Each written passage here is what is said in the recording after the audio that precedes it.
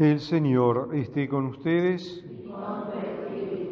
Evangelio de nuestro Señor Jesucristo según San Juan.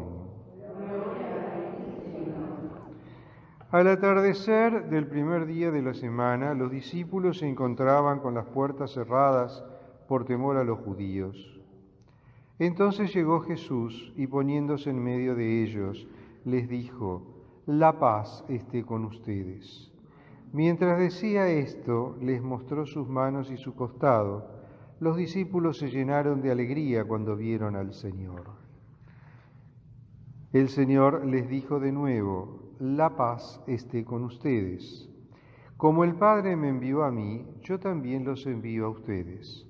Al decirles esto, sopló sobre ellos y añadió: «Reciban el Espíritu Santo, los pecados serán perdonados a los que ustedes se los perdonen, y serán retenidos a los que ustedes se los retengan». Palabra del Señor. Gloria a ti, Señor Jesús.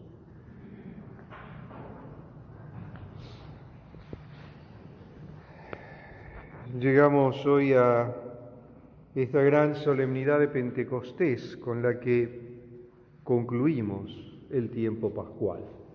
A partir del lunes comenzamos nuevamente el tiempo durante el año, retomamos el tiempo durante el año que habíamos dejado en suspenso el martes de Carnaval, antes del comienzo de la Cuaresma. Y esta fiesta de Pentecostés es una fiesta muy importante para la Iglesia. Es una fiesta que hace eco de la fiesta de Pentecostés que celebraban los judíos y que estaba relacionada con todo el contexto de la Pascua.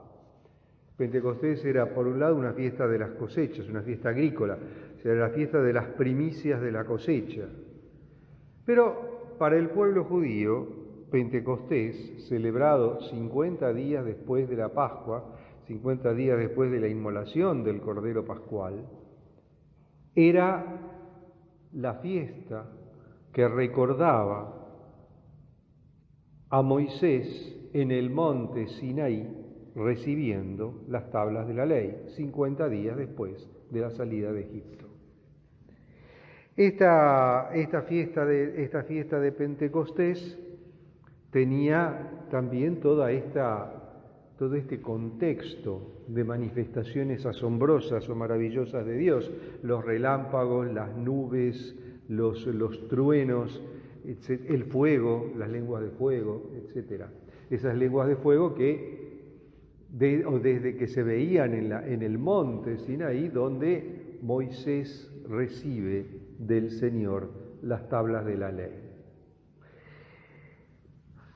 Muchos años después, varios siglos después, ahora se ha producido la Pascua del Señor. El Señor sufre la pasión, sufre la cruz, muere en la cruz, resucita, vuelve al Padre y envía desde el Padre el Espíritu Santo. Ese Espíritu Santo que viene e irrumpe como lenguas de fuego en medio también de manifestaciones portentosas, truenos, relámpagos, nubes, en el cenáculo, y es ahí donde los apóstoles reciben el Espíritu. Ese Espíritu que es el que va a dar nacimiento a la misión de la Iglesia, porque es cuando los apóstoles recibirán el pleno conocimiento de toda la revelación de Jesús y podrán empezar a transmitirlo, empezarán a ser capaces de transmitirlo. Esas lenguas de fuego que se dividen y se posan sobre la cabeza de ellos y que les permite hablar en lenguas extrañas, nos está mostrando que ese Espíritu está enviándolos a todo el mundo y a toda la humanidad, y que a todo el mundo y a toda la humanidad deben hacerle llegar el mensaje del Evangelio. San Antonio de Padua, ese gran teólogo, ese gran predicador, ese gran doctor de la Iglesia, franciscano de la primera camada de franciscanos, ¿no? O sea, muy próximos a Francisco. nos hablaba de que precisamente el misterio de la redención tiene 3 momentos claves.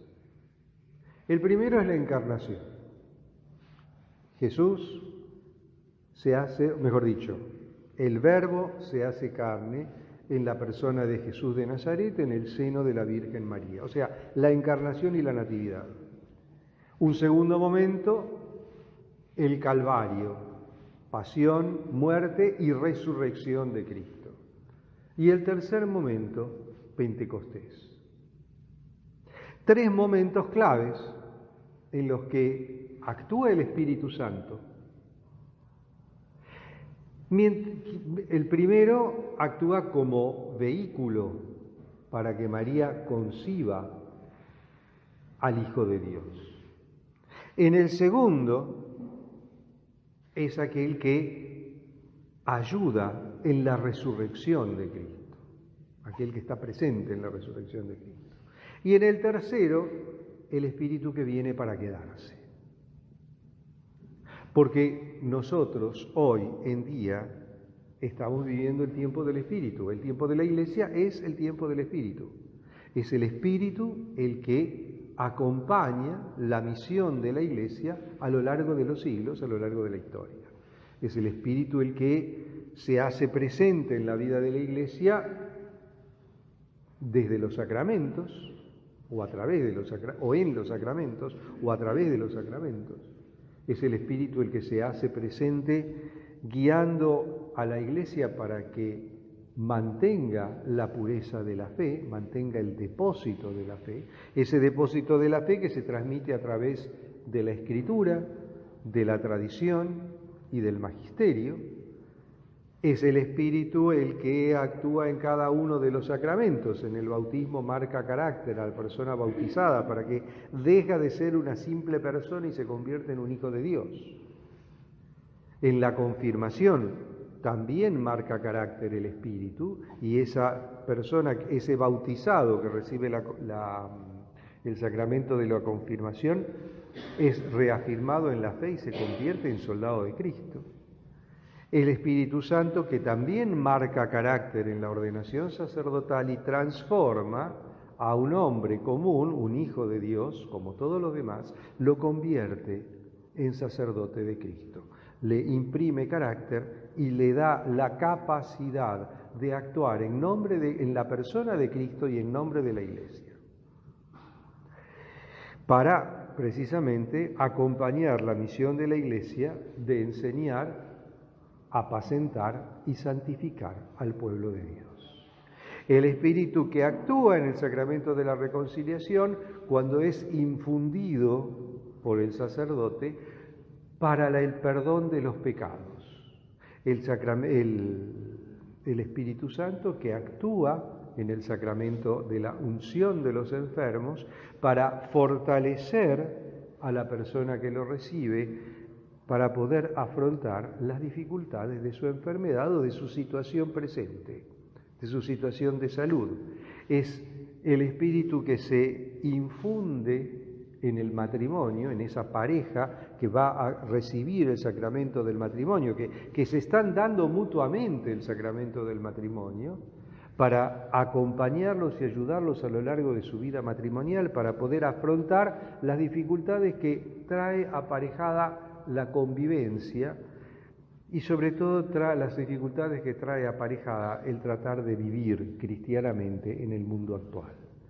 Y el Espíritu Santo que a través de la imposición de manos del sacerdote y de la oración que la Iglesia pone en la boca del sacerdote, la oración de consagración, transformará ese pedazo de pan y ese poco de vino en cuerpo, sangre, alma y divinidad de Cristo durante la celebración de la Eucaristía, durante la Santa Misa.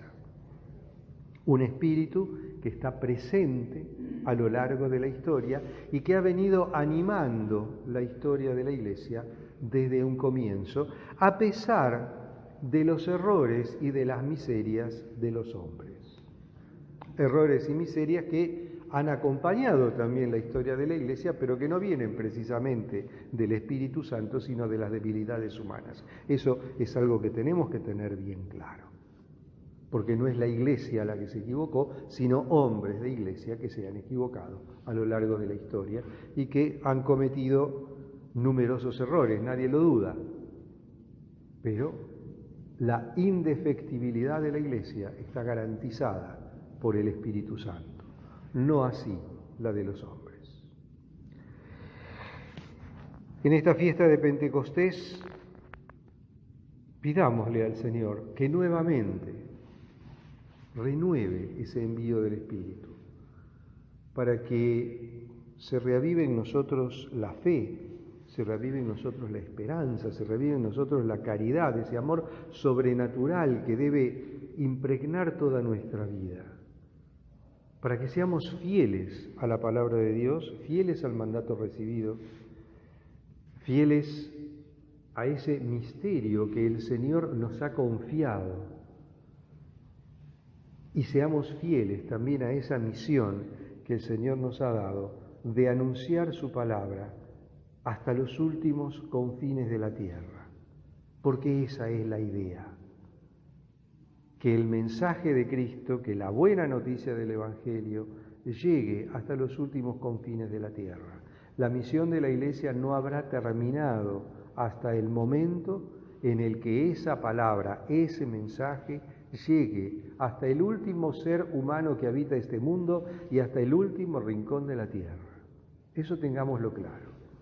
Que después el Señor en algún momento decida anticipar la llegada del reino, eso es un problema aparte. Dios puede hacer lo que quiere, cuando quiere y como quiere. Pero mientras tanto nosotros concentrémonos en lo que es nuestra misión como bautizados. Alabado sea Jesucristo.